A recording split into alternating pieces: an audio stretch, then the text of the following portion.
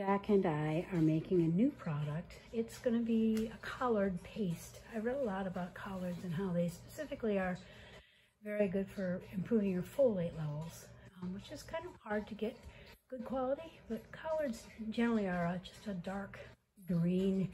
It has so much power packed in it, much more than folate.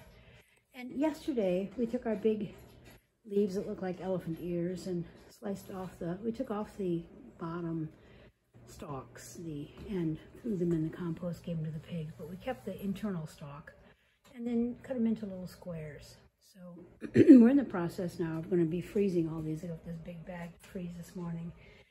And I have 2 pots on the stove here. One for, this one's almost boiling. I'll probably let it boil just a little bit longer before I put the collards in.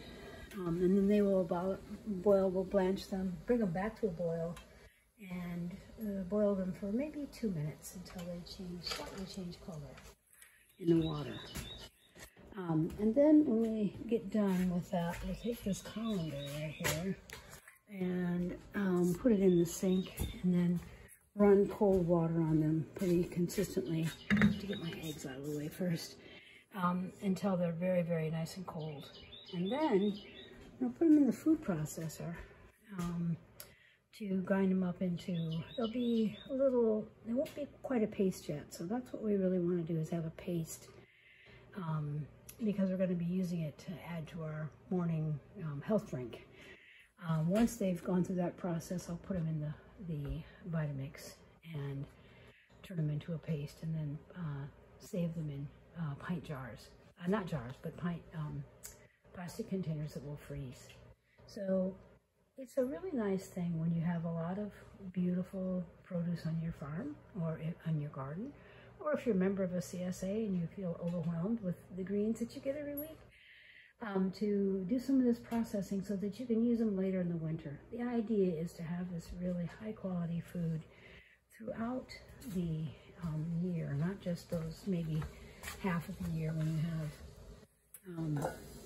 you have stuff fresh from the garden. This is not quite yet to a boil, but it's going to happen quickly, and I want to show you what I'm going to do here. Now I'm just going to stuff this full of collard greens, and now leave this to boil. And when it comes back to a boil, like I said, I will boil it for about 2 minutes. And we'll move on to the next process. And I'll show you that next process as we go. Okay, here we are on the next step. You can see that this pot is boiling. And here we have this, the beautiful sunlight on this too. The colors have just turned a little bit kind of a yellowy green. And we are ready to take off. So I'm going to do that, and I'll come back and see you in a minute. Okay, here we are now. I'm going to rinse these collards off, get them nice and cold. Just a little cold water on them. Here's another one over here too. And kind of cool off as quickly as we can. We do the cooking to stop the enzymatic action in the plant.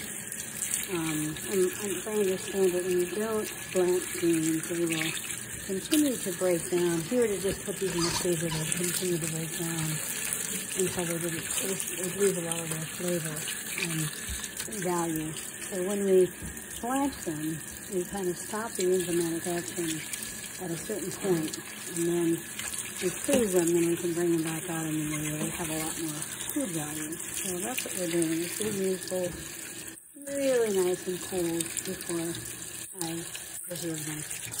Here I am letting the collards that have been cooked and cooled off in this colander right here in this food processor. So just get them well macerated. I'm going to see if they're actually pureed enough to leave them like that, or if I'll have to actually run through that over here to the Vitamix to make them really a nice puree.